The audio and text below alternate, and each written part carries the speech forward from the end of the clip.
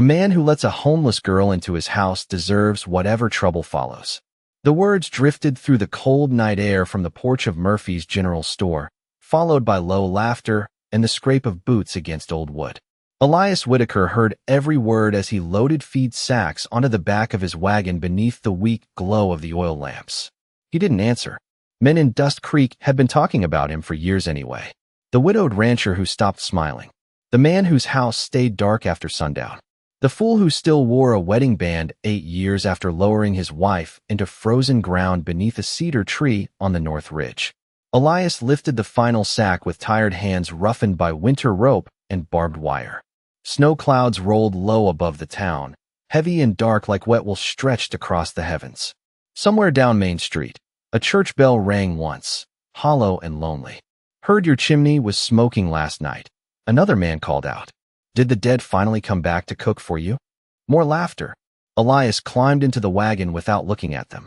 The old wood creaked beneath his weight. His horse, Samson, snorted steam into the freezing air and shifted impatiently. Elias flicked the reins once. The wagon rolled forward through the muddy street, while the laughter faded behind him like coyotes in distant hills. He should have ignored the ache in his chest. Men said cruel things in winter. Cold weather made lonely people mean. But as the town disappeared behind falling snow, the words stayed with him because for the first time in 8 years, his chimney had been smoking. And he still didn't understand why.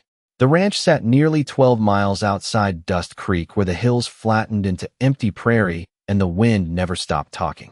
By the time Elias reached the property, darkness had swallowed the land whole. Snow drifted across the fence posts in pale, silver lines beneath the moonlight. The barn leaned slightly west from years of hard storms. One shutter on the house knocked softly against the siding with every gust. The place looked tired, like the man who lived inside it. Elias climbed down slowly, his knees stiff from the ride. The moment his boots touched the frozen dirt, he noticed it again. Light, faint and golden, moving behind the kitchen window. He froze. For a long second, the world seemed to stop with him. The wind, the horse, even the old shutter fell silent. Elias stared at the glow inside the house while his heartbeat turned heavy beneath his coat. He always left the house dark. Always.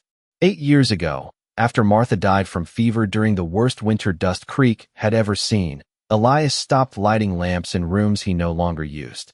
He slept beside the fireplace downstairs because the bedroom upstairs still smelled faintly of lavender soap and old books. Some grief didn't leave a man. It just learned how to sit quietly beside him. Elias reached beneath the wagon seat and pulled out the Winchester rifle he carried during long trips into town. The metal felt cold enough to sting his fingers. Slowly, he stepped toward the porch. The boards groaned under his boots. Inside, something clinked softly. A spoon against iron. Then came a smell that stopped him colder than the winter air. Beef stew. Onion. Fresh bread. Elias tightened his grip on the rifle, so suddenly his knuckles cracked white. No one had cooked inside this house since Martha. No one. He moved toward the kitchen window and glanced through the thin gap in the curtain. At first, all he saw was steam rising through warm amber light. Then he saw her. A young woman stood beside the stove wearing a coat too thin for the weather, her hands wrapped around a wooden spoon as she stirred a pot slowly over the fire. Her dark blonde hair hung damp against her cheeks from melted snow. She looked exhausted, fragile almost, but not frightened. The strange part was how comfortable she seemed standing inside a dead woman's kitchen. Elias pushed the door open hard enough for it to strike the wall. The girl jumped violently, nearly dropping the spoon. His rifle lifted halfway before stopping. She couldn't have been more than 20 years old. Her cheeks were pale from cold.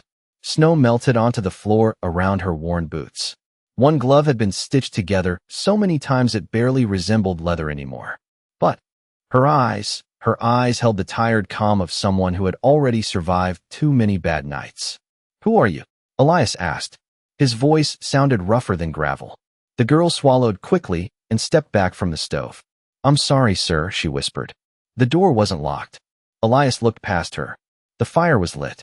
His table had been wiped clean. 2 candles burned low near the sink. For one dizzy second, the kitchen looked alive again. Warm again, like the years before silence moved in and stayed forever. "You got 5 seconds to explain why you're standing in my house," Elias said quietly. The girl lowered her eyes. Not out of guilt. Out of shame. My name's Clara Bell, she said softly. I wasn't trying to steal. Elias said nothing. Clara glanced toward the pot on the stove like she regretted touching it now. I saw smokewood stacked outside and thought maybe nobody lived here anymore. Her voice trembled slightly. Then I found flour in the cabinet, and she stopped. Elias noticed then how badly her hands shook from cold. And what? He asked. Clara looked at him carefully. Not at the rifle. At him. Like she saw something lonelier than danger standing in that kitchen doorway. Then she spoke the words that would stay with Elias Whitaker for the rest of his life. If the Lord lets me stay tonight, she whispered, I'll cook supper. The room went still after that. Outside, snow tapped softly against the windows. Somewhere in the barn, a horse stomped against old hay. Elias stared at the girl while the smell of stew filled the kitchen like a ghost returning home uninvited. And for the first time in 8 years, the widowed rancher realized his house no longer felt empty. Elias Whitaker had spent so many years eating alone that the sound of another spoon touching a bowl felt wrong inside his own kitchen. He stood near the doorway while Clara carefully ladled stew into 2 chipped bowls like she had done it 100 times before. Steam curled upward through the warm yellow light of the oil lamp, carrying the smell of beef, carrots, onions, and black pepper through the old house. The scent wrapped around the walls like memory itself.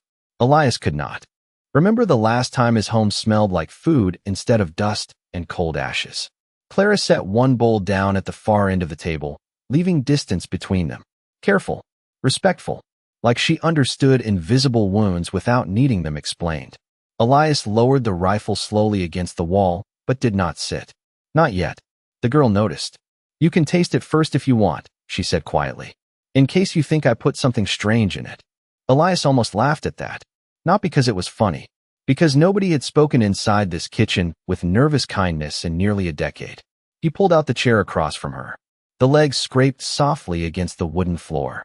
Clara flinched at the sound before quickly hiding it behind a polite smile. Elias caught that small reaction immediately. A person only startled like that after too many hard nights around angry people. He sat down heavily while the old chair creaked beneath him. Clara folded her hands in her lap and waited for him to taste the stew first. Elias picked up the spoon slowly. The metal felt warm against his rough fingers. For a second, he just stared into the bowl while the fire crackled softly behind Clara's shoulder. Then he took one bite. The moment the flavor hit his tongue, his chest tightened so sharply he forgot to breathe. It was not exactly Martha's stew. Nothing could ever be exactly hers. But it was close enough to hurt. Close enough to drag 8 years of silence back into the room all at once. Elias lowered the spoon carefully. Outside, wind rattled the loose shutter against the side of the house.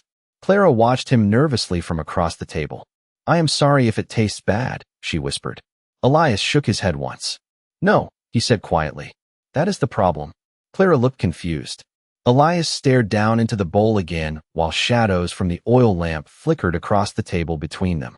Martha used to cook stew every Sunday after church no matter how poor things got. Even during drought years when beef was scarce and vegetables came out crooked from bad soil, she always made supper feel warm enough to forget winter waiting outside. Elias had not tasted anything close to that in years because after she died, he stopped trying. Eating became something a man survived instead of something he shared. Clara lowered her eyes toward her own untouched bowl. My father used to say soup tastes different when somebody wants you at the table, she said softly. Elias looked up at her then. Truly looked at her. Her coat sleeves were too short for her wrists. The skin around her knuckles was cracked from cold weather. There was a tiny tear near the collar where rough thread had been sewn by hand more than once. But her manners were gentle. Careful.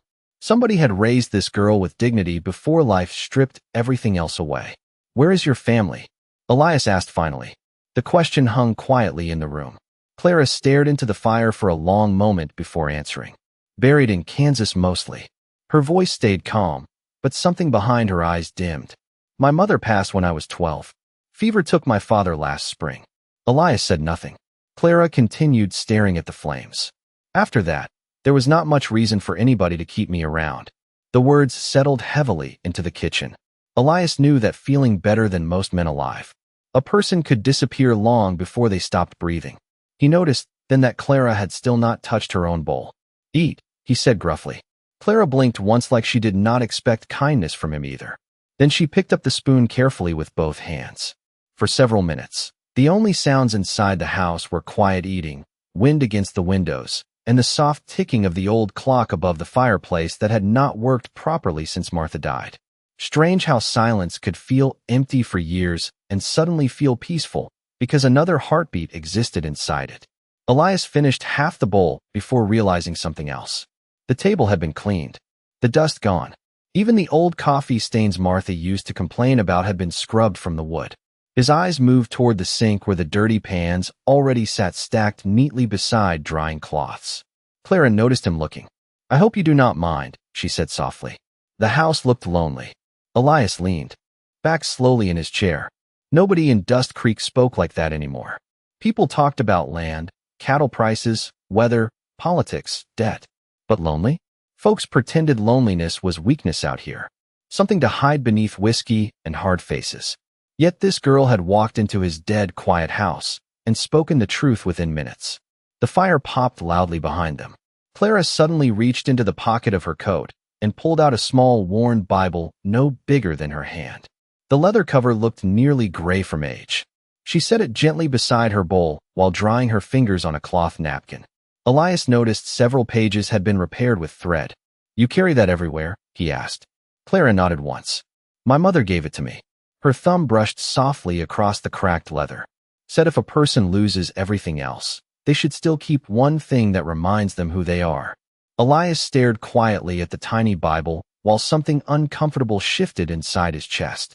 Because 8 years ago, after the funeral, he had packed every photograph of Martha into a wooden trunk upstairs and never opened it again. Not because he stopped loving her, because remembering hurt too much. Clara suddenly looked toward the dark hallway leading deeper into the house. "Sir?" she asked carefully. "Did your wife play piano?" Elias froze completely. The question struck him harder than any insult from town ever could. His eyes lifted slowly toward the far corner of the room, where an old white cloth covered the upright piano beside the staircase. Dust covered most of it now except one small section near the keys. Clara noticed his expression immediately and lowered her eyes. "I am sorry," she whispered quickly. "I should not have asked." But Elias was no longer listening. Because for the first time in 8 years, he realized the dust near the piano keys had been disturbed. The old piano sat beneath 20 pounds of silence. Elias stared toward the corner of the room while the fire crackled low behind him, and Clara remained perfectly still at the table like she already regretted speaking. The white cloth covering the piano had gathered years of dust except for that one small place near the keys where clean wood now showed beneath the lamplight. Somebody had touched it recently. Elias rose slowly from his chair. The floorboards groaned beneath his boots as he crossed the room. Every step felt strange, like walking through a memory he had locked away too long. He stopped beside the piano and looked down at the cloth. His throat tightened. Martha used to play every evening after supper while snow drifted outside the windows and coffee simmered on the stove. Sometimes she played hymns from church. Sometimes old frontier songs her father taught her as a little girl in Missouri. Elias could still remember the sound floating through the house while he repaired saddles beside the fire. Warm music, warm light. Back when the ranch sounded alive. He reached down carefully and lifted the cloth. Dust rose softly into the air like pale smoke. The black piano underneath looked worn but beautiful beneath the lamp glow. Clara watched quietly from the table, her fingers wrapped around the edge of her bowl. Elias brushed his hand across the keys without pressing them. "Nobody touches this," he said quietly. Clara lowered her eyes immediately. "I am sorry." Her voice sounded small now. "I only cleaned the dust." Elias stood there another moment before finally looking back at her. "How did you know she played?" Clara hesitated. Outside, wind pushed snow against the windows in soft, scratching waves. Then she nodded toward the shelf near the fireplace where a faded photograph sat crooked beneath years of dust.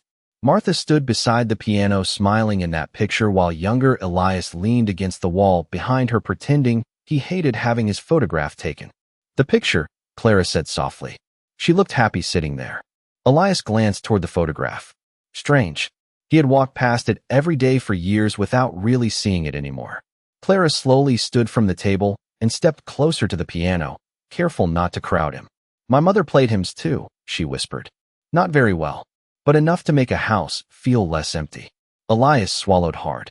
He suddenly realized he could not remember the last full conversation he had with another human being inside this house. Men at the feed store did not count. Neither did short business talks at cattle auctions. Those were words without meaning.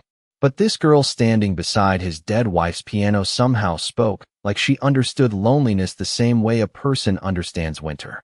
Clara lightly touched one key with the tip of her finger. A soft note drifted into the room. Quiet. Fragile. Elias shut his eyes immediately. For one painful second, he almost expected Martha's voice from the kitchen asking whether he wanted more coffee. The memory hit so sharply, he turned away from the piano at once. Clara noticed. I should leave in the morning, she said softly. Elias faced the fire instead of her. Storm is getting worse. Clara looked toward the windows where snow now swirled thick beneath the moonlight. Still, she said gently, people in town already talk enough. Elias let out a dry breath through his nose. Town talks because they got nothing better to do. Clara smiled faintly at that, but it vanished quickly.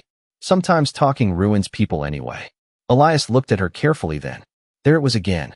That hidden sadness behind her calm manners. Not fear exactly. More like someone already used to being unwanted before entering a room. He studied her worn coat again. The tired eyes, the careful posture. What happened to you in Dust Creek? Clara stayed quiet for several seconds. The fire shifted softly beside them. Finally she spoke without looking up. I washed dishes at the saloon for a while. Elias frowned slightly. Murphy's place. Clara nodded once. Until his wife decided folks spent too much time staring at me instead of drinking coffee. Elias felt irritation rise in his chest immediately. Murphy's wife was known for cruelty sharpened by jealousy and boredom. So they turned you out in winter? Clara tried to smile again.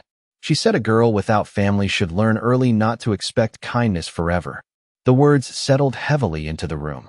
Elias looked toward the dark windows where snow continued piling against the ranch house. He thought about Clara walking alone through 12 miles of prairie in weather cold. Enough to kill cattle by morning. No wagon, no horse, just a thin coat and a Bible in her pocket. Something about that thought made his jaw tighten. Clara suddenly stepped back from the piano. I can sleep in the barn, she offered quickly. I do not want to cause trouble here. Elias glanced toward the barn through the frosted window. Wind howled across the fields hard enough to shake the fence line. No, he said firmly. Clara looked surprised. Elias rubbed tired fingers across his beard before speaking again. Upstairs room still has blankets. Clara blinked rapidly. The upstairs. You will freeze in the barn. I do not mind hard places. Elias finally looked directly at her. That is the problem. Silence filled the room after that. Clara lowered her eyes quickly because she suddenly looked close to tears. She turned away, pretending to straighten the tablecloth instead. Elias pretended not to notice. Some dignity should be left untouched. He walked toward the staircase slowly, his boots heavy against old wood. Halfway up, he stopped. The hallway upstairs remained dark except for one thin stripe of lamplight stretching across the floorboards behind him. He had not let another person sleep upstairs since Martha died. Not once. Yet somehow this homeless girl carrying snow on her boots and sadness in her eyes had crossed that line in a single night. Elias rested one hand against the stair rail while the house creaked softly around them. Then Clara's quiet voice drifted upward through the warm light below. Mr. Whitaker? He looked back down toward her. Clara stood beside the table, holding Martha's old soup bowl carefully in both hands. Thank you, she whispered. Elias did not answer right away. He simply nodded once before disappearing into the dark hallway upstairs while the storm buried the prairie deeper outside. And somewhere far beneath all the grief he had carried for 8 long winters, something inside the widowed rancher shifted for the very first time. If you have listened this far and still believe kindness can bring a dead house back to life, leave a like and tell me where you are listening from tonight. The storm buried the ranch by morning. Snow covered the fence posts, the wagon wheels, even the old water trough beside the barn until the whole property looked softer beneath the pale gray dawn. Elias Whitaker woke before sunrise the way he always did, not because he slept well, but because grief had trained his body to stop expecting rest years ago. He sat on the edge of the downstairs cot beside the fireplace and listened quietly. Wind rattled against the roof beams overhead. Somewhere outside, Samson shifted inside the barn. Then Elias heard something else. A soft humming drifting faintly from the kitchen. He stayed still immediately. The sound carried through the house warm and low, like distant church music. Not loud enough to recognize the song. Just enough to remind him somebody else breathed beneath his roof. Elias pulled on his boots slowly and stepped toward the kitchen. The moment he entered the hallway, the smell reached him first. Fresh biscuits, bacon, coffee, real coffee, not the burnt, muddy kind he usually made half asleep before cattle work. He stopped near the doorway without announcing himself. Clara stood near the stove wearing one of Martha's old wool sweaters folded at the sleeves to fit her smaller arms. She had probably found it in the upstairs closet during the night. For one strange second, Elias forgot what year it was. Morning light spilled pale blue through the frosted windows while Clara moved quietly through the kitchen with gentle familiarity, setting plates down, checking biscuits, stirring gravy in a cast-iron pan. Nothing about her movements looked careless or selfish. She moved like somebody trying to thank a house for shelter. Clara glanced up suddenly and froze when she noticed him watching. "I am sorry," she said quickly, pulling at the sweater sleeves. "I found this folded in a chest upstairs and thought maybe," Elias interrupted softly. "It is fine." Clara looked relieved, but only slightly. She still carried herself like someone waiting to be told she had overstayed her welcome. Elias noticed the coffee pot steaming near the stove. "You made all this?" Clara nodded once. "I woke early." Elias looked around the kitchen slowly. The curtains had been tied neatly. Open.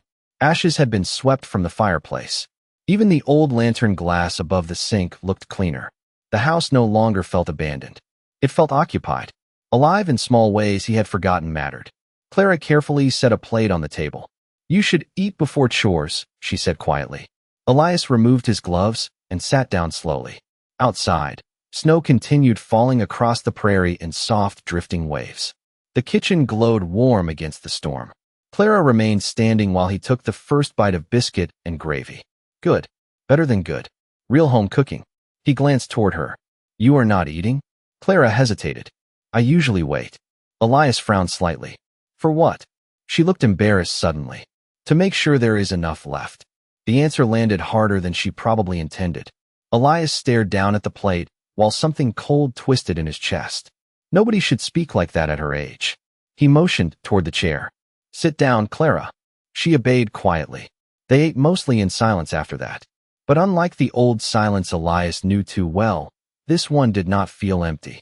It felt careful, like two lonely people trying not to frighten each other away. After breakfast, Elias buttoned his coat near the door while Clara gathered the dishes. "Roads will be buried another day at least," he said. Clara nodded. "I can earn my keep until the storm clears." Elias paused while pulling on his gloves. Nobody said anything about earning. Clara lowered her eyes immediately. People usually do. Elias looked at her for a long moment before stepping outside into the cold. The wind struck hard across the porch, sharp enough to sting his face. Snow reached nearly halfway up the fence line already. He crossed toward the barn while his thoughts stayed back inside the kitchen. The ranch felt different this morning. Smaller somehow. Less haunted. Samson snorted warmly as Elias entered the barn carrying feed. The horse nudged against his shoulder impatiently. "Yeah," Elias muttered quietly while pouring grain into the trough. "I notice it too." Even the animals seemed calmer. Strange what warmth inside a house could do to an entire property. By noon, the snowfall eased slightly beneath pale winter sunlight. Elias finished repairing a broken gate hinge near the south pasture and returned toward the house with stiff fingers and snow packed against his boots. As he stepped onto the porch, he heard something inside that stopped him cold again. Piano music. Soft, slow, careful notes drifting through the walls beneath the crackling fire. Elias stood motionless outside the door while snow melted from his coat. Clara was playing one of Martha's old church hymns. Not perfectly. A few notes stumbled here and there. But she played gently enough that the song sounded less like performance and more like prayer. Elias should have walked inside immediately. Should have stopped her. Instead, he stood there listening while cold wind swept across the porch behind him. Memories rose inside the music one by one. Martha humming beside the stove. Sunday mornings with coffee and rain against the windows. Laughter that no longer existed. Elias closed his eyes briefly. For years he had believed grief was something a man protected by keeping everything untouched. But now a homeless girl sat inside his dead, quiet house, breathing life back into rooms he buried long ago.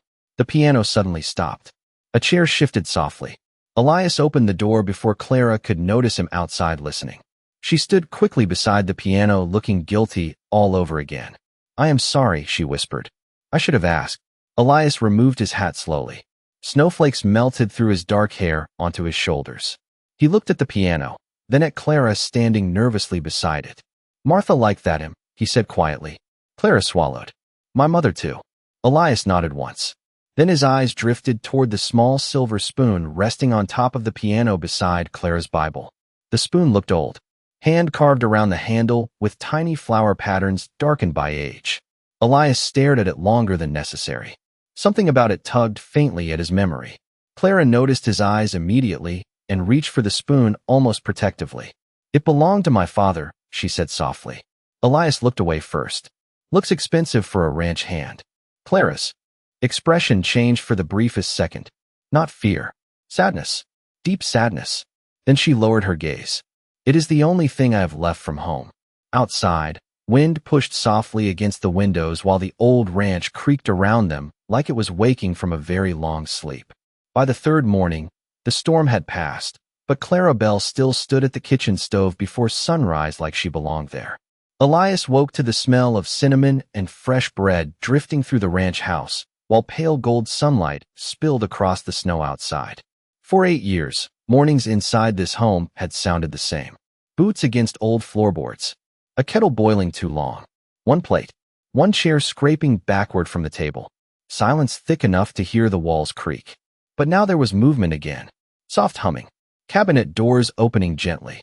The quiet clink of dishes handled with care. Elias sat on the edge of his cot staring toward the ceiling while the unfamiliar warmth settled strangely in his chest. He should have sent her away yesterday. That would have been the smart thing. Storm was over. Roads would clear by noon. Dust Creek would start talking if they had not already. Yet when Elias pulled on his boots that morning, he realized something uncomfortable. He did not want the house empty again. He entered the kitchen slowly. Clara stood beside the window rolling dough with her sleeves folded near her elbows. Morning sunlight touched the loose strands of blonde hair around her face, while flour dusted the front of Martha's old sweater. She looked up immediately when she heard him. "I hope you do not mind," she said softly. "I found apples stored in the cellar." Elias glanced toward the table. Fresh biscuits.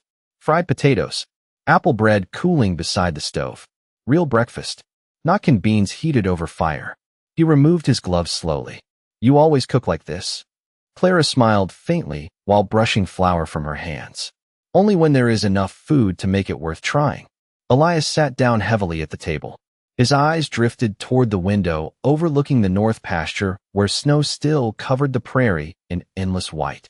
"Roads should open by afternoon," he said quietly. Clara nodded once. "I figured."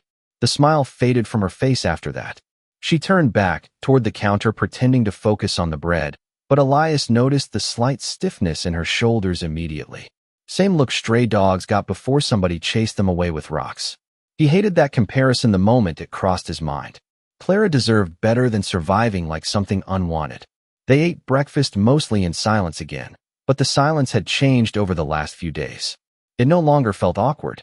Sometimes Clara would glance toward the window while drinking coffee. Sometimes Elias caught himself watching the way she straightened tablecloth corners or folded napkins neatly beside plates. Little things Martha used to do without thinking. Little things that made a house feel cared for instead of merely occupied. After breakfast, Elias stepped outside to check fence lines damaged by the storm. Snow crunched beneath his boots while cold sunlight stretched across the hills. The ranch looked brighter this morning. Even the cattle moved calmer in the pasture. Elias spent nearly 2 hours repairing drifted sections near the eastern fence before finally returning toward the house, carrying fresh firewood against his shoulder. As he stepped onto the porch, he stopped again. Laughter. Soft laughter drifting through the open kitchen window.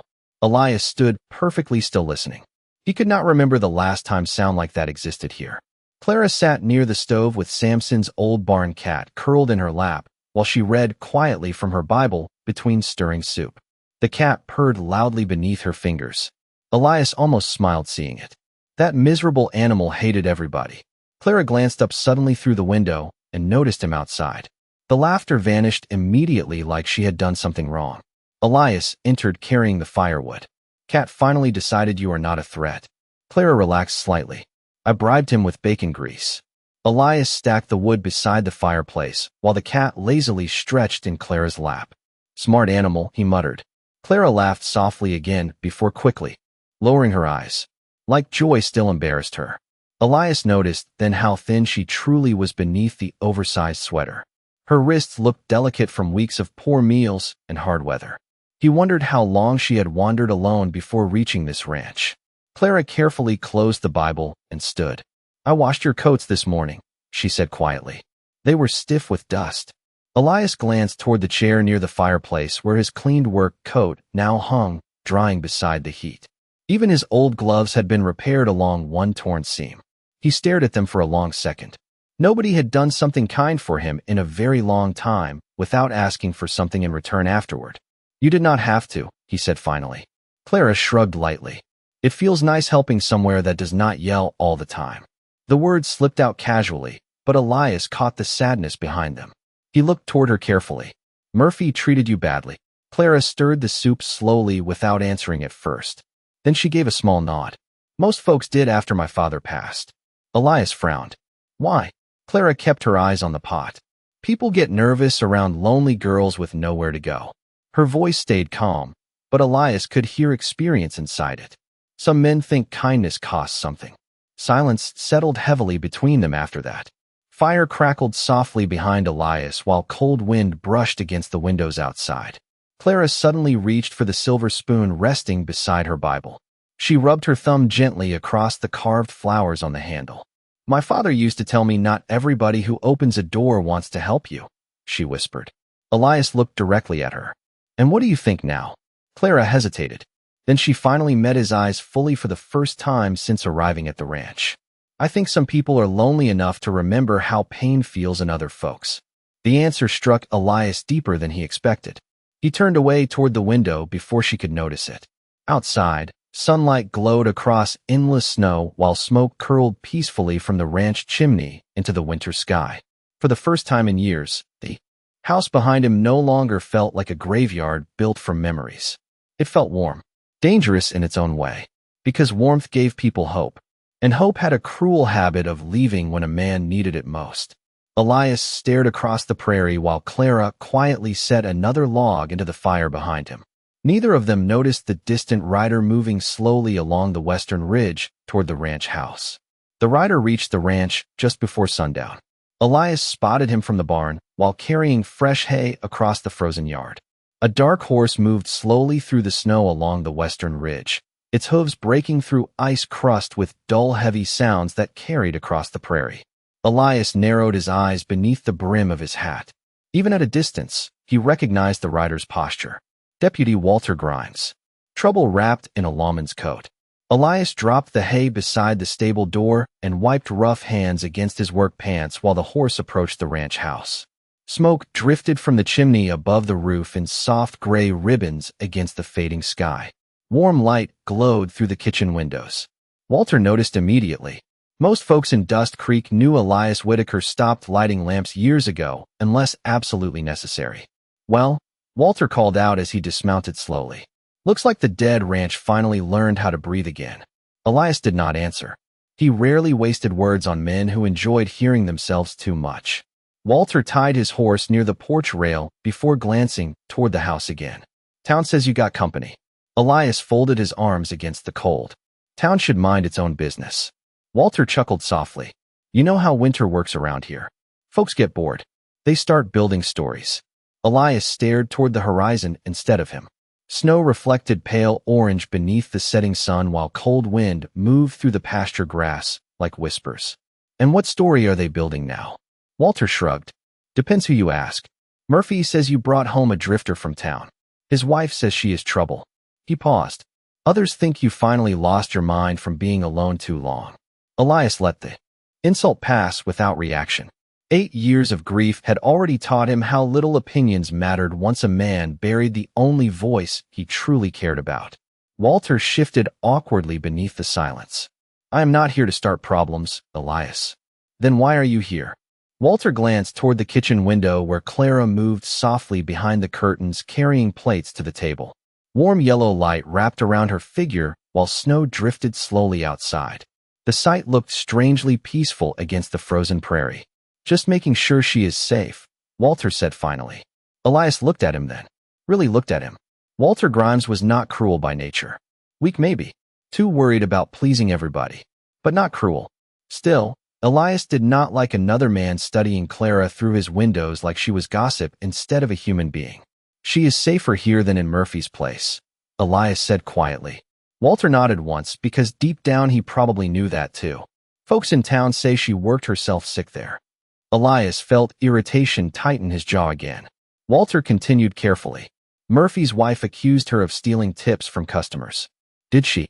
Walter shook his head. No proof. Elias looked toward the house again, while snow creaked softly beneath their boots. Funny how poor people always get blamed easiest. Walter sighed through his nose. You know how towns are. Yeah, Elias muttered. That is why I live 12 miles away from one. For a moment neither man spoke. The evening air smelled like smoke, horses, and coming frost. Then Walter lowered his voice slightly. Just be careful, Elias. Elias frowned. Of what? Walter glanced back toward the ranch house. Lonely people sometimes mistake kindness for something else. The words hung cold between them. Elias stared at the deputy without blinking. Walter immediately regretted saying it. That is not what I meant. Then choose your words better. Walter raised both hands slightly in surrender. I only mean people talk. She is young. You are grieving. Dust Creek likes ugly stories. Elias looked toward the porch where warm lantern light spilled across fresh snow. People who never lost anything important usually do. Walter sighed heavily before climbing back onto his horse. Just thought you should know Murphy's wife plans on spreading more rumors tomorrow. Elias shrugged once. Let her. Walter hesitated before pulling the reins. One more thing. Elias waited. That girl, Walter said quietly. She defended you in town before she left. Elias frowned slightly. What are you talking about? Walter shifted in the saddle. Couple men at the saloon started mocking your wife. Said the ranch looked cursed after she died. His expression darkened slightly. Clara told them some houses stay quiet because love once lived there. Elias stood perfectly still after hearing that. Walter nodded once toward the house. That girl talks about your wife with more respect than most folks in Dust Creek. Then the deputy turned his horse and disappeared slowly into the snow-covered hills while darkness settled over the prairie. Elias remained outside long after the hoofbeats faded. Cold wind brushed against his coat, while Walter's words echoed quietly inside his mind. Some houses stay quiet because love once lived there. Elias looked toward the kitchen window again. Clara stood inside setting out supper beneath warm lantern light while the old barn cat circled around her boots. She smiled faintly at something the animal did before pushing loose hair behind her ear. Simple. Ordinary. Yet the sight tightened something painfully human inside his chest. He suddenly realized the house no longer frightened him at night. Before Clara arrived, every room echoed with absence. Every hallway reminded him of who was missing. But now there was coffee brewing before dawn. Piano music in the afternoons. Fresh bread cooling beside the stove. Somebody humming softly while snow fell outside. The ranch no longer felt frozen in time. It felt present again. Alive again. And that scared Elias Whitaker more than loneliness ever had. Because grief was predictable. Warmth was not. Warmth could leave. Warmth could die. He stood outside another minute before finally stepping onto the porch. The moment he opened the front door, heat wrapped around him along with the smell of roast chicken and sage filling the kitchen. Clara looked up from the stove immediately. You were outside too long, she said softly. Your coffee went cold. Elias removed his gloves slowly while watching her move around the kitchen like she had always belonged there. Then he noticed something on the center of the table that stopped him completely. A white candle beside Martha's old photograph, lit carefully beside supper plates. Clara followed his eyes and looked suddenly nervous. I hope you do not mind, she whispered. I just thought nobody should eat beside darkness every night.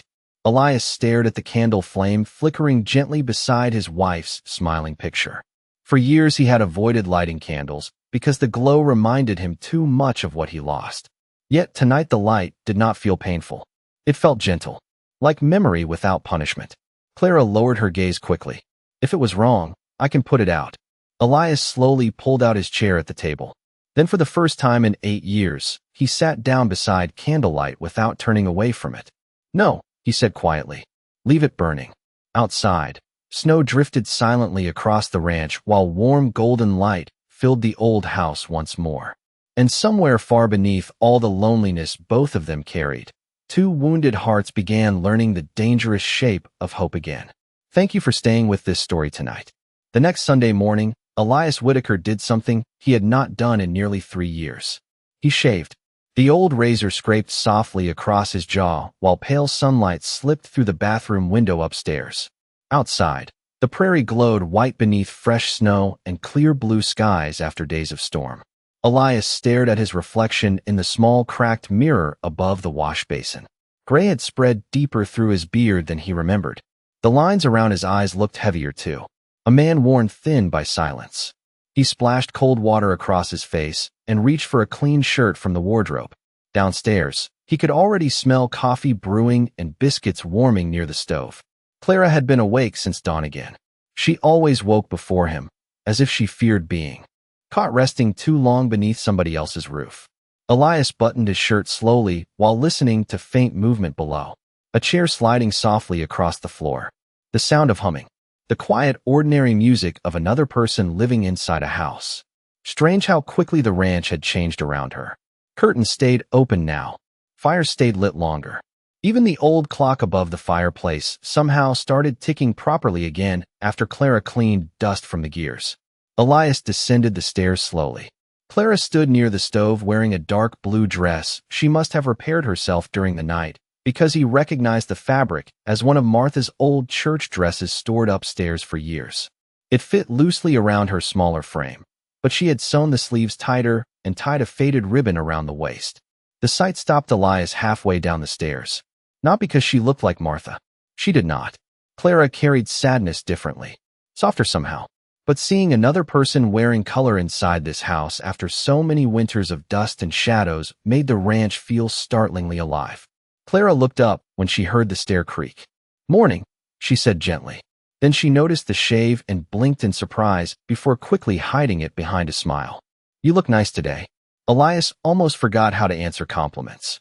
"Church starts in an hour," he muttered instead. Clara nodded while setting plates onto the table. "I figured you might want to go." Elias paused near the doorway. "You are not coming?"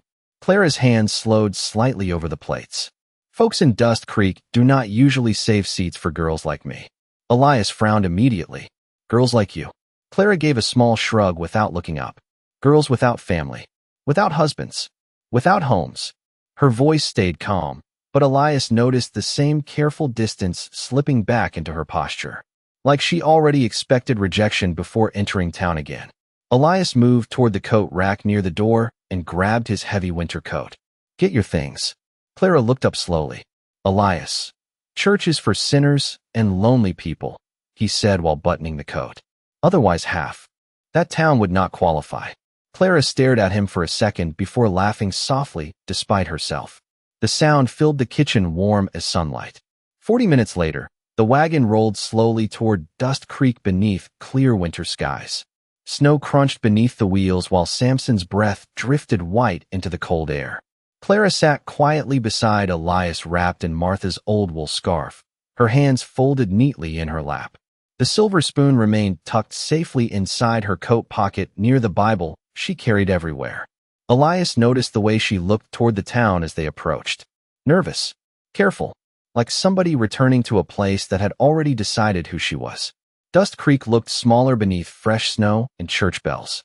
Smoke curled from chimneys.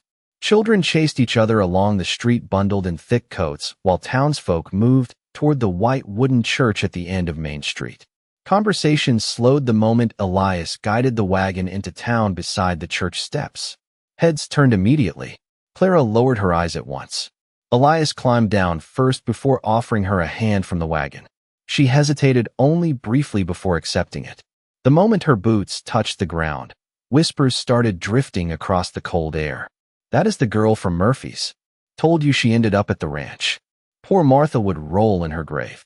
Elias heard every word. So did Clara. He felt her hand tense slightly before she pulled it back and folded both hands tightly against her coat. The church doors opened ahead, while warm candlelight spilled onto the snowy steps. Pastor Bennett stood greeting families near the entrance with forced, cheerful smiles until his eyes landed on Clara beside Elias. Surprise flickered across his face first. Then uncertainty. Clara noticed immediately. People like her always noticed hesitation fastest.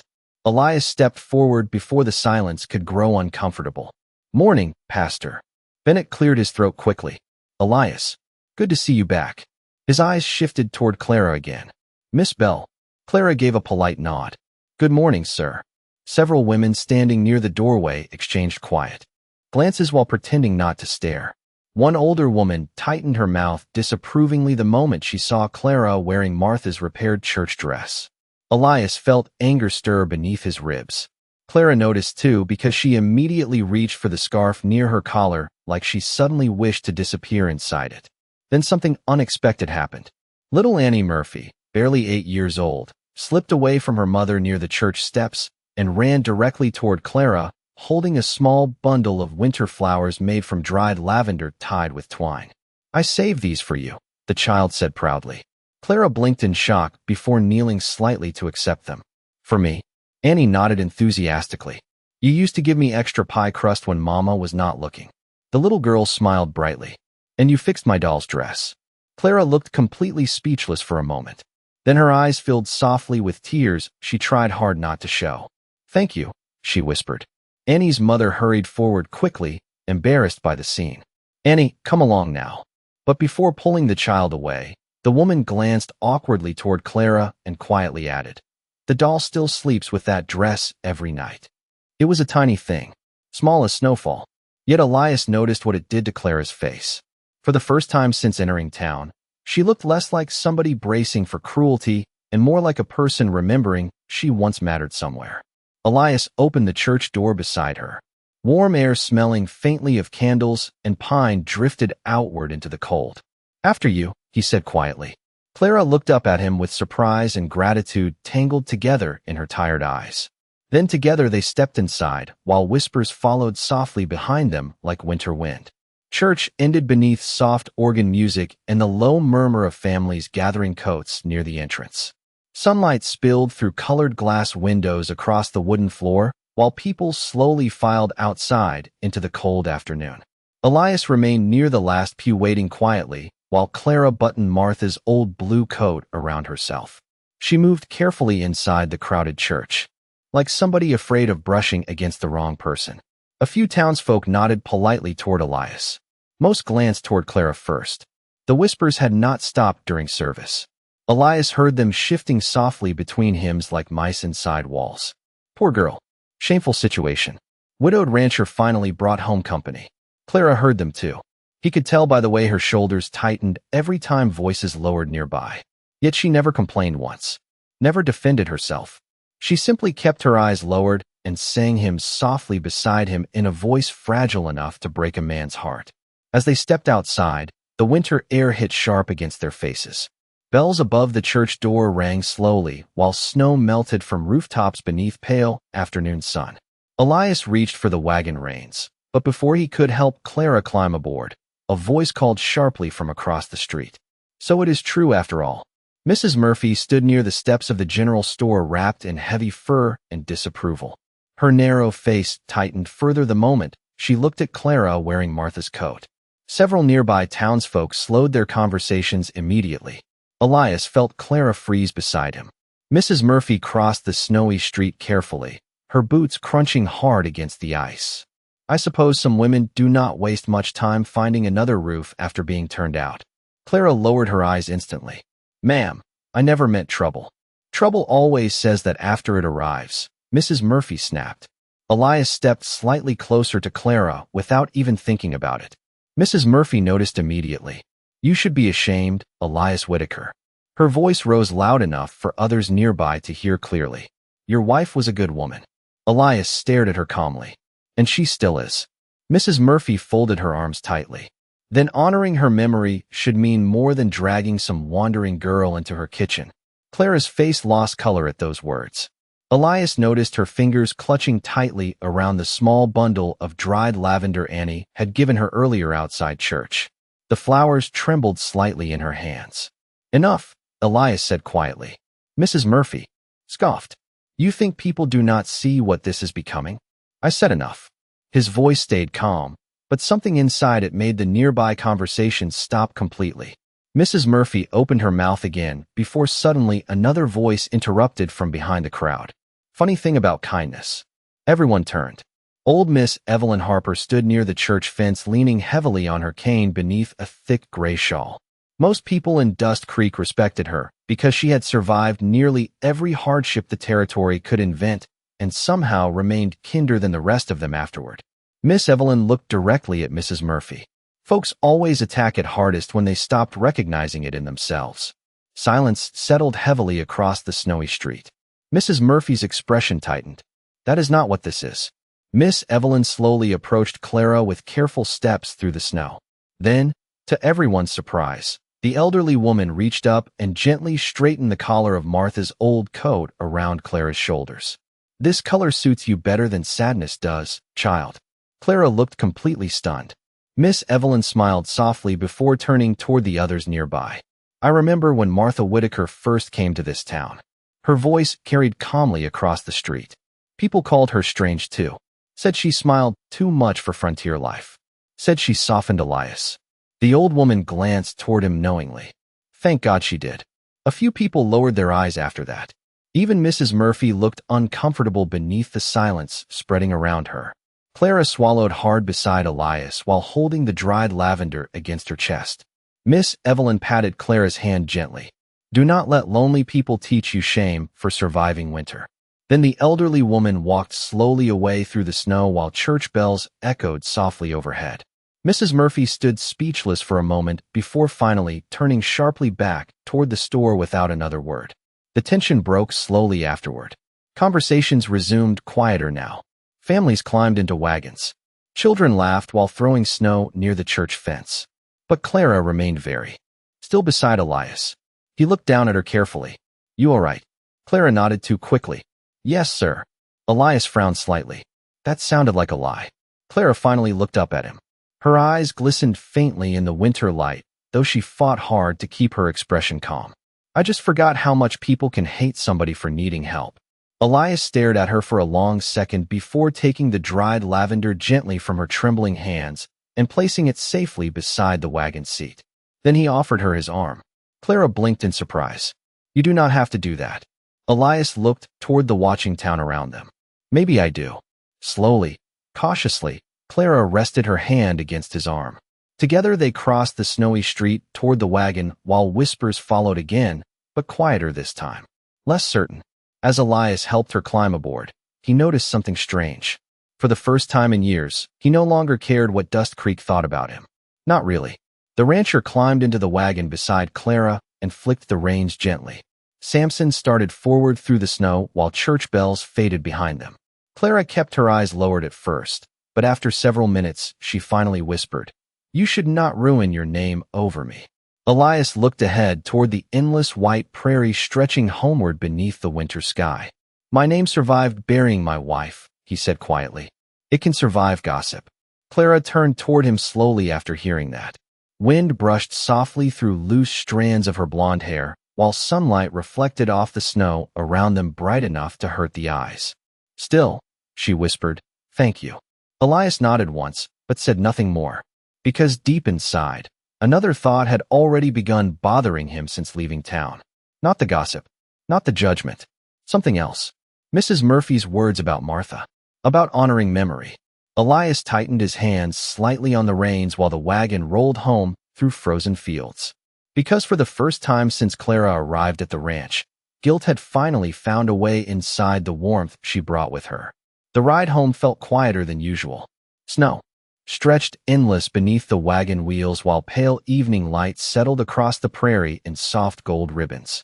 Clara sat beside Elias holding the dried lavender carefully in her lap, like something fragile enough to disappear if touched too hard. Neither of them spoke much after leaving Dust Creek. The church bells had long faded behind them, Yet Mrs. Murphy's words still lingered inside Elias like cold smoke trapped in old wood. Honoring memory should mean more than dragging some wandering girl into her kitchen. Elias tightened the reins slightly while Samson pulled the wagon through the snow. He hated that the words bothered him. Not because he believed them completely, because some small, wounded part of him feared they might hold truth. Martha's photograph now sat beside candlelight again. Another woman's laughter filled the rooms she once loved. Another pair of footsteps crossed the floors she used to sweep every morning while humming hymns near the stove. Was he healing? Or replacing? The thought sat heavy in his chest all the way home. Clara noticed his silence eventually. "Did I embarrass you today?" she asked softly without looking up. Elias frowned slightly. "What?" Clara brushed her fingers gently across the dried lavender. "At church." Her voice stayed careful. "People talked because of me." Elias stared ahead toward the ranch appearing faintly in the distance beneath evening light. "People talked long before you arrived." Clara nodded faintly, but did not answer. The wagon rolled another quarter-mile through drifting snow before she finally spoke again. "My father used to say lonely towns are the hardest places to survive." Elias glanced toward her. Clara kept her eyes on the flowers while speaking quietly. "Folks forgive stealing quicker than they forgive somebody needing kindness." Elias looked away toward the horizon again, because deep down he knew she was right. The ranch came into view just as sunset bled orange across the frozen fields. Smoke curled from the chimney while long shadows stretched across the snow. Home. Strange how naturally that word had started returning to Elias's mind lately. Clara climbed carefully from the wagon once. They stopped beside the porch. The moment her boots touched the ground, the barn cat appeared from beneath the steps, weaving around her legs impatiently. Clara smiled softly and bent to scratch behind its ears. Elias watched from the wagon seat longer than necessary. Simple moments like that had become dangerous lately. Dangerous because they made him imagine permanence. Supper passed quietly that evening. Clara moved around the kitchen with less nervousness now, though every now and then Elias still caught her apologizing for tiny things that required no apology at all. A spoon dropped too loudly. A chair scraping the floor. The habit of expecting anger had settled deep inside her bones long before arriving here. After supper, Elias remained at the table nursing coffee while Clara washed dishes beside the sink. Firelight flickered warmly across the kitchen walls. Outside, winter wind drifted softly through the prairie grass beyond the house. Clara glanced toward him after several minutes. "You have barely spoken since church." Elias stared into the dark coffee quietly. "Just tired." Clara nodded like she understood the answer was incomplete. She dried another plate carefully before speaking again. "Mrs. Murphy was wrong, you know." Elias looked up slowly. Clara kept folding the kitchen towel between her hands.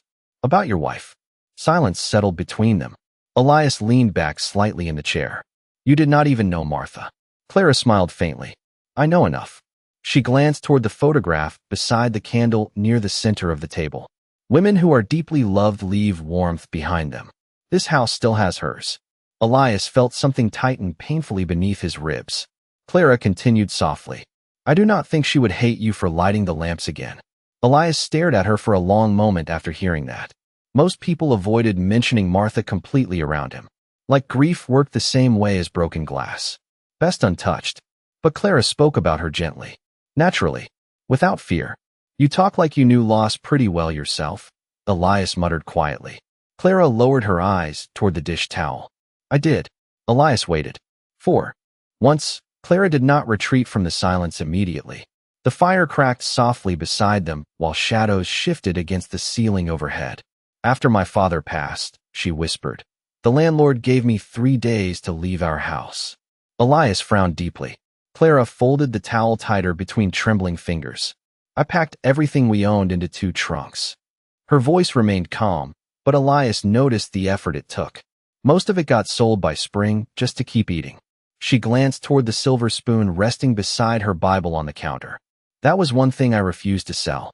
Elias looked toward the spoon again. Something about it continued tugging at memory he could not quite reach. "Your father gave it to you?" Clara nodded slowly. "No," she hesitated. "A woman did." Elias looked up immediately. Clara stared toward the fire instead of him now. "During a winter storm many years ago, my father found a couple stranded near the river outside Kansas City. Their wagon axle snapped in the snow." Elias sat very still. Clara continued softly. He brought them home. Let them stay nearly a week while the storm passed. Her fingers brushed the silver spoon gently. Before they left, the woman gave him this.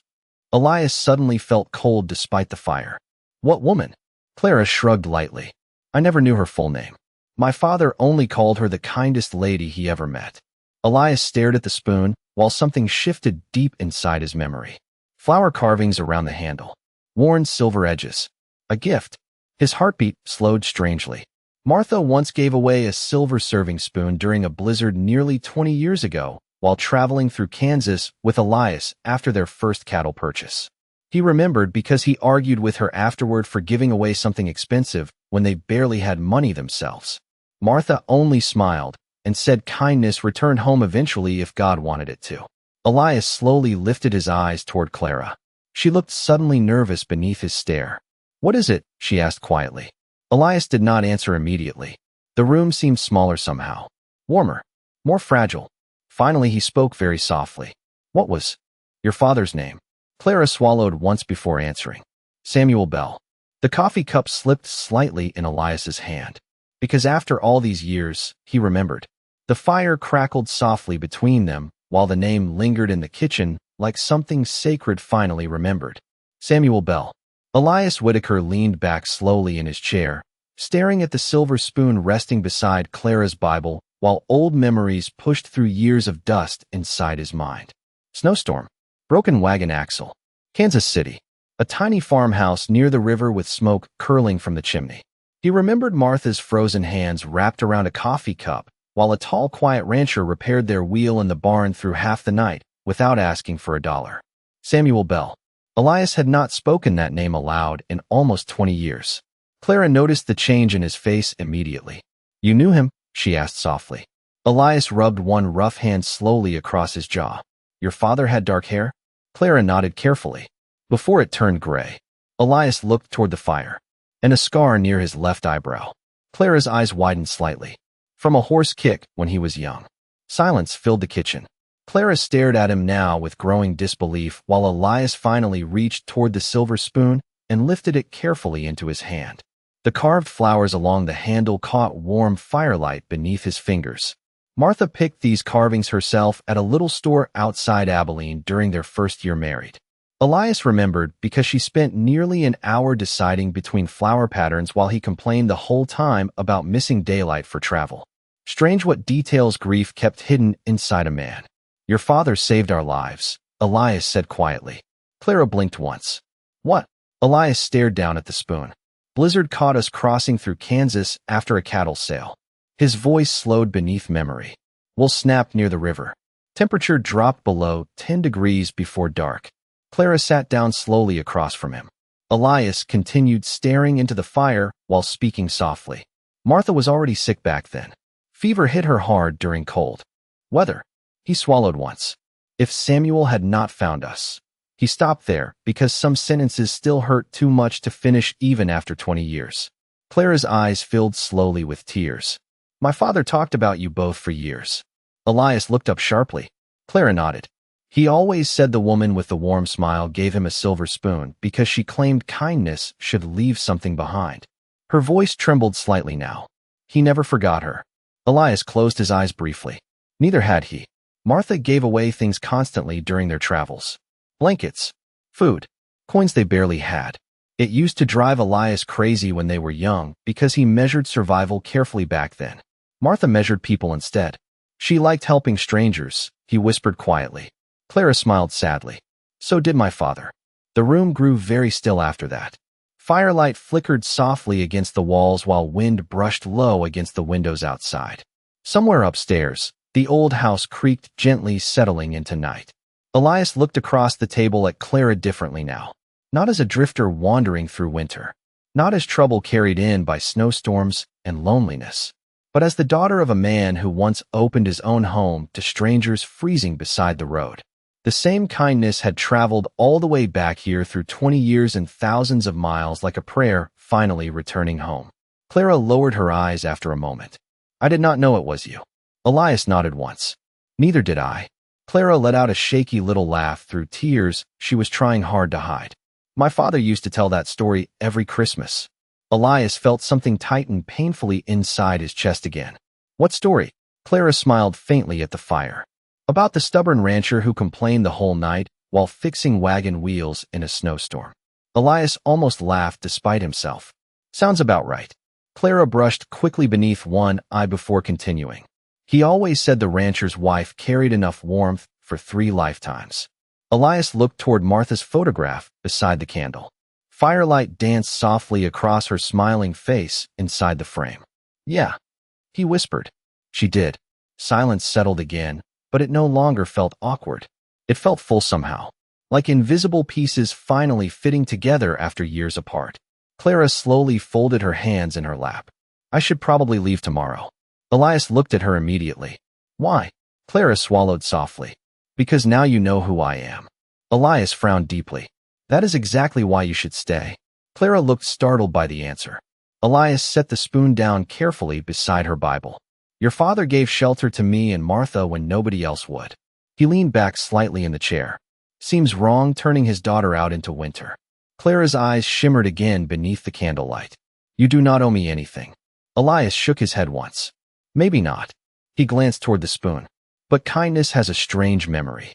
Clara lowered her gaze quickly after that, because emotion was beginning to overwhelm her calm little defenses. Elias noticed she still apologized every time tears threatened her composure. Like surviving hardship somehow taught her shame for being human. He hated that. Outside, the wind strengthened again, carrying snow softly against the windows while darkness swallowed the prairie. Clara rose quietly from the table and reached for the dishes. Elias stopped her gently. Leave them tonight. Clara looked surprised. But supper can wait. She hesitated before sitting back down slowly. Elias stared toward the fire another long moment before speaking again. Martha would have liked you. Clara looked down immediately at those words. You cannot know that. Elias nodded toward the silver spoon. Woman carried your father's gift for 20 years. His voice softened slightly. Trust me, she would have fed you until spring and argued with anybody who complained. Clara laughed softly through tears again while the candle flickered warmly beside Martha's photograph. Then something happened Elias had not expected. Clara reached carefully across the table and straightened the crooked edge of the photograph frame with gentle fingertips. Such a tiny movement, yet the tenderness inside it nearly broke him. Not jealousy, not replacement, respect. Clara never tried to erase Martha from the house. Somehow she had brought her back into it. Elias looked at the young woman sitting across from him beneath warm firelight and finally understood something that had haunted him since she arrived. Love was not leaving this house behind. It was returning to it in another form.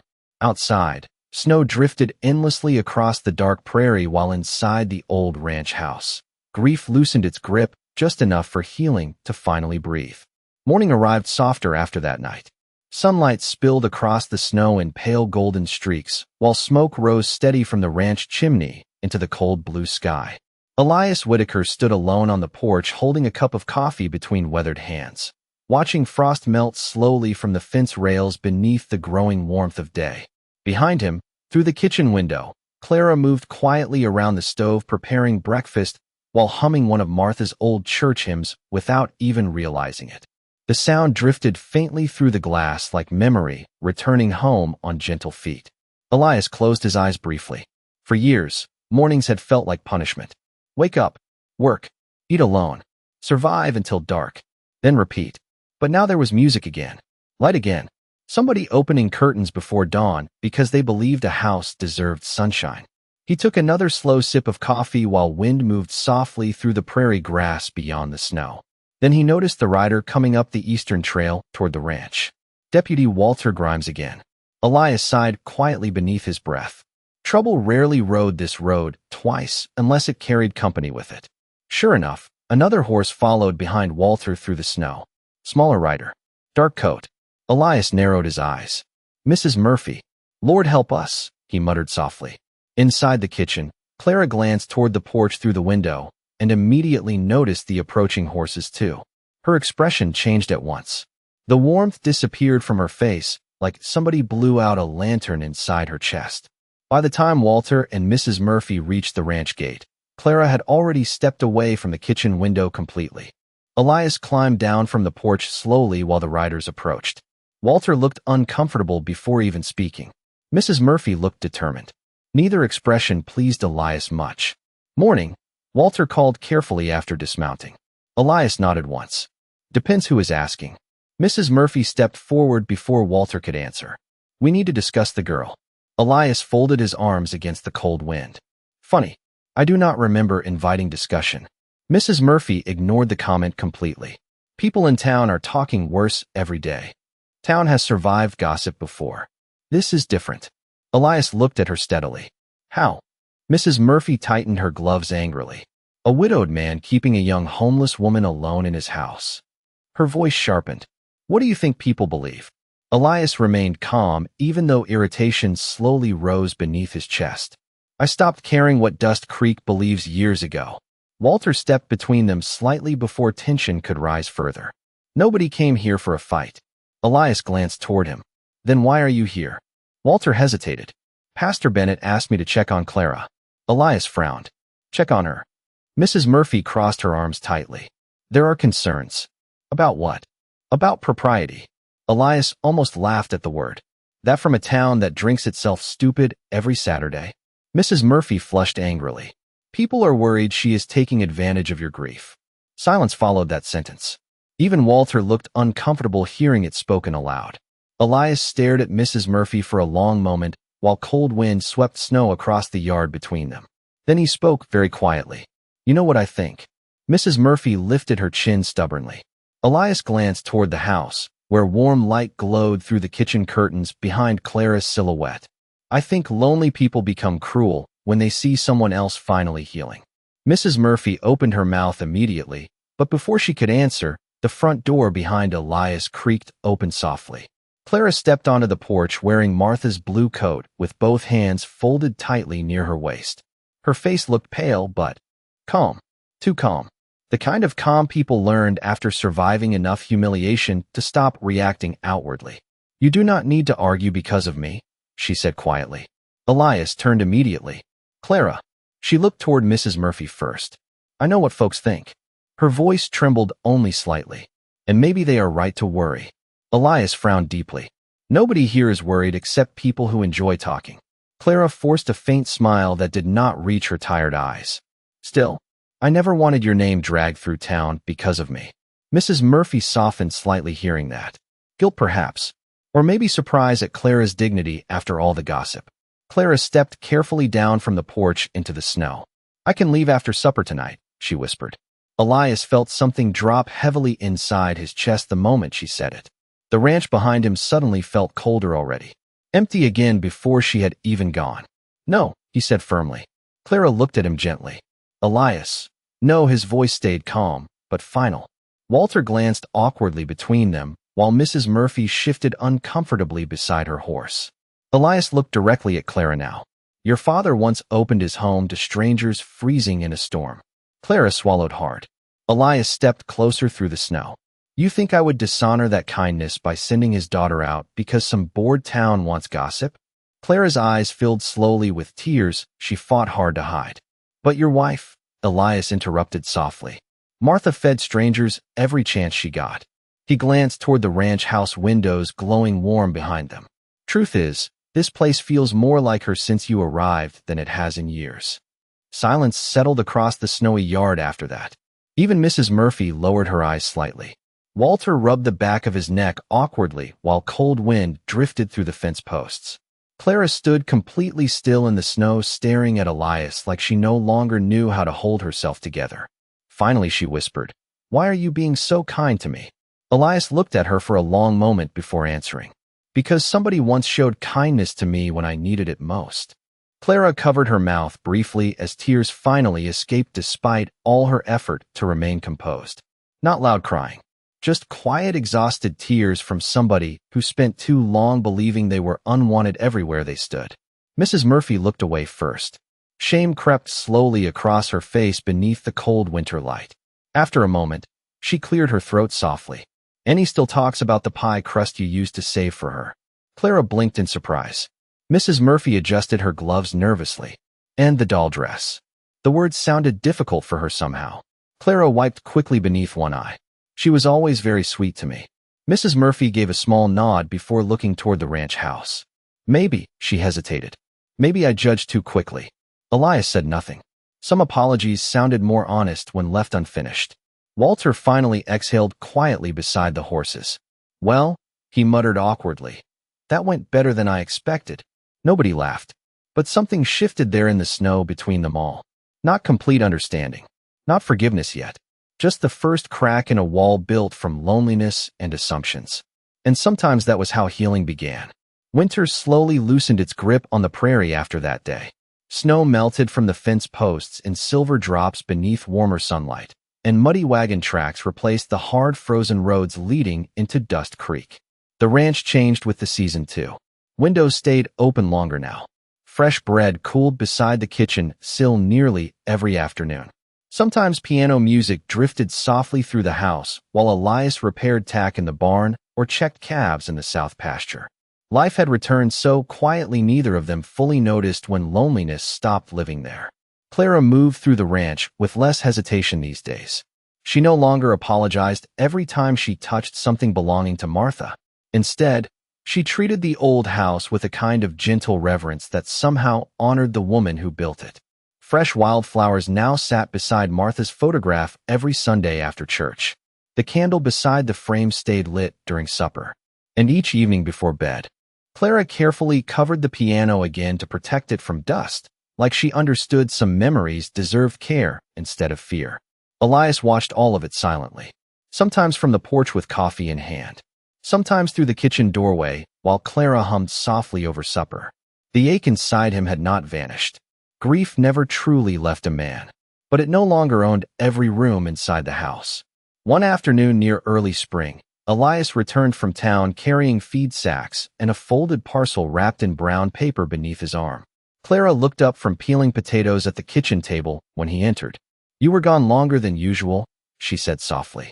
Elias set the feed near the pantry without answering immediately. Then he placed the folded parcel carefully beside her on the table. Clara blinked in confusion. "What is this? Open it." She hesitated before slowly unwrapping the paper. Inside rested a brand new blue wool coat trimmed with dark stitching along the collar and sleeves. Not expensive enough to feel flashy, just warm, strong, made well enough to last many winters. Clara stared at it silently for several seconds. "Elias," her voice nearly disappeared. Elias removed his gloves slowly. Martha's coat was getting thin at the elbows. Clara looked up immediately. "I never wanted to replace her things." "You are not replacing anything." He leaned lightly against the counter beside the stove. "You just deserve something that belongs to you." Clara touched the sleeve carefully, like she was afraid the coat might disappear if handled too quickly. "Nobody has bought me anything new since my father passed." Elias shrugged once, uncomfortable beneath emotion. "Well, coat lady in town said blue suited you." That finally made Clara laugh softly. Real laughter this time. Warm enough to brighten the kitchen like sunlight through clean windows. She stood slowly from the table and slipped the coat over her shoulders. It fit perfectly. Clara looked down at herself in stunned silence while tears slowly filled her eyes again. "You look ready for spring," Elias muttered quietly. Clara swallowed hard before whispering, "Thank you." The moment stayed small, quiet, yet something sacred lived inside it. Not romance, not replacement, just two lonely people learning how kindness could still exist after sorrow. A week later, Dust Creek held its annual spring social beside the church hall. Music, pies, dancing, children running through muddy streets while lanterns glowed warm against the evening sky. Elias had not attended in years, but Clara convinced him after nearly 3 days of gentle persistence. "People should see you smiling again," she told him while fixing his collar before they left the ranch. Elias muttered something about surviving cattle storms easier than town gatherings, but he went anyway. The moment they arrived, conversations softened briefly around them the way they always did. Old habits died slowly in small towns, but this time something felt different. Miss Evelyn Harper greeted Clara with a warm hug near the church entrance. Annie Murphy ran over proudly showing Clara a pie ribbon she had won earlier that afternoon. Even Mrs. Murphy offered a stiff but genuine nod before asking whether Clara still remembered her biscuit recipe. Little by little, the town had started seeing her differently. Not as gossip, not as trouble, just as a young woman who survived hardship without losing kindness. Elias stood near the edge of the gathering watching Clara laugh with the church ladies beside lantern light, while spring wind moved softly through her hair. The new blue coat glowed rich beneath the evening sky. She looked healthy now, warmer somehow, like the cold had finally begun leaving her bones.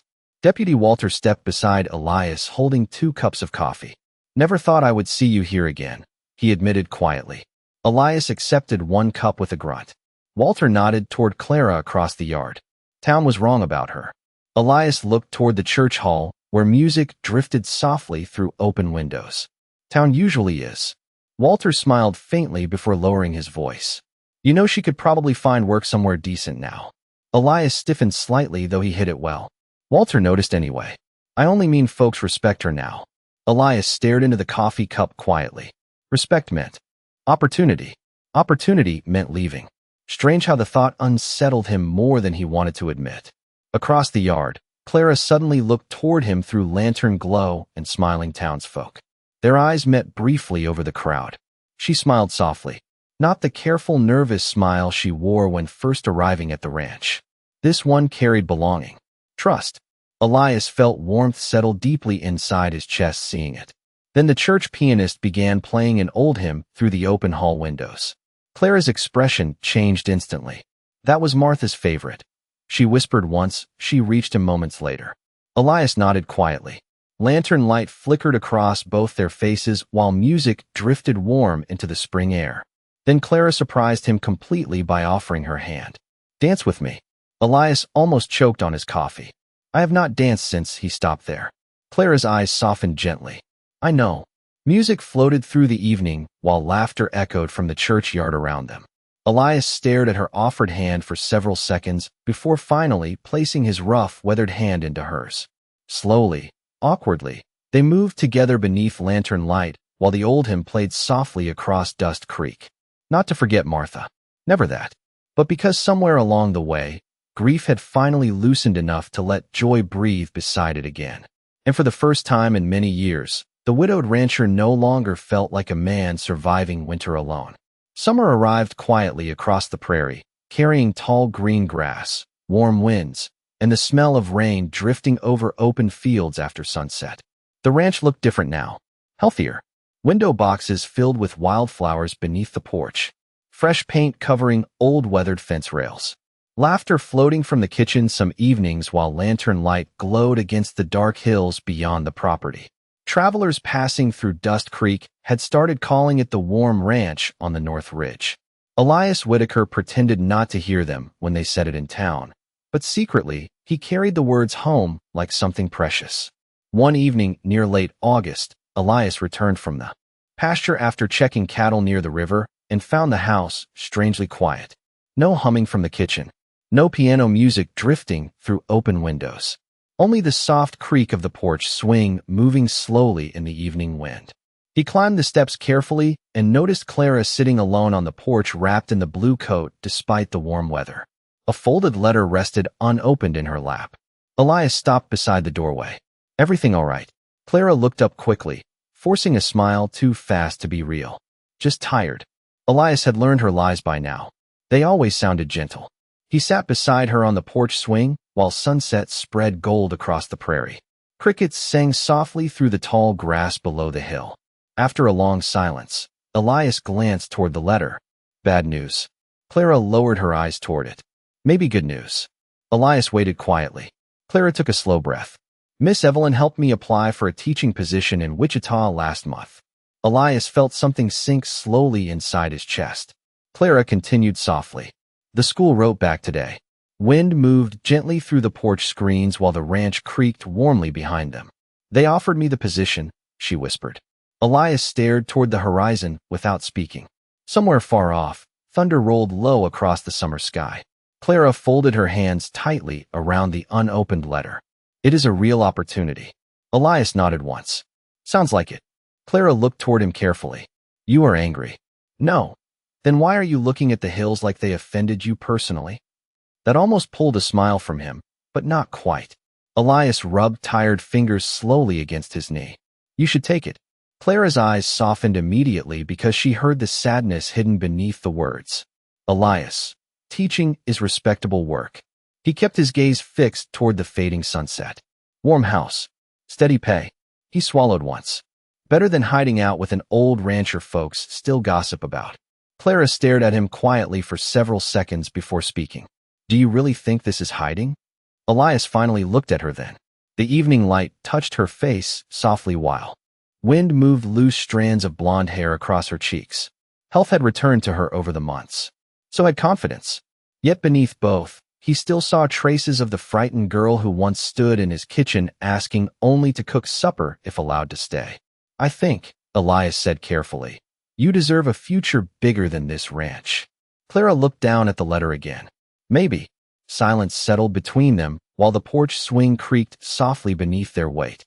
Then Clara asked the question he had quietly feared for weeks without realizing it. Would you miss me? Elias let out a low breath through his nose. That hardly seems fair. Clara smiled sadly. Please. He stared out across the fields where summer grass rolled like waves beneath the fading light. Then finally he answered honestly. The house would. Clara blinked rapidly at that. Elias continued quietly. Coffee would taste colder. He glanced toward the kitchen window, glowing warm behind them. And I would probably burn half my suppers trying to remember your biscuit recipe. Clara laughed softly through sudden tears. Elias looked down at his weathered hands resting on his knees. Truth is, he stopped there briefly because some truths still felt dangerous to say aloud. This place stopped feeling haunted after you arrived. Clara covered her mouth quickly as tears escaped despite her effort to stop them. Elias, he shook his head gently. You brought life back here, Clarabelle. The porch fell quiet except for crickets and distant thunder. Then Clara slowly unfolded the letter in her lap. She stared at it one long moment before placing it carefully onto the porch table beside them. Unopened. Elias frowned slightly. You are not reading it. Clara wiped beneath one eye with a small, embarrassed smile. I already know what it says. And she looked directly at him then. For the first time in my life, I already know where home is. Elias felt something deep inside his chest break open quietly after hearing that. Not painfully this time. Like ice finally giving way beneath spring water. Clara reached gently for his hand resting beside hers on the porch swing. I spent so long praying the Lord would give me somewhere safe to stay, she whispered. I never expected him to answer with a lonely ranch and a stubborn widower who barely smiles. Elias finally laughed softly at that. Real laughter. Warm and rough from lack of use. Clara smiled through tears while evening wind moved softly around them.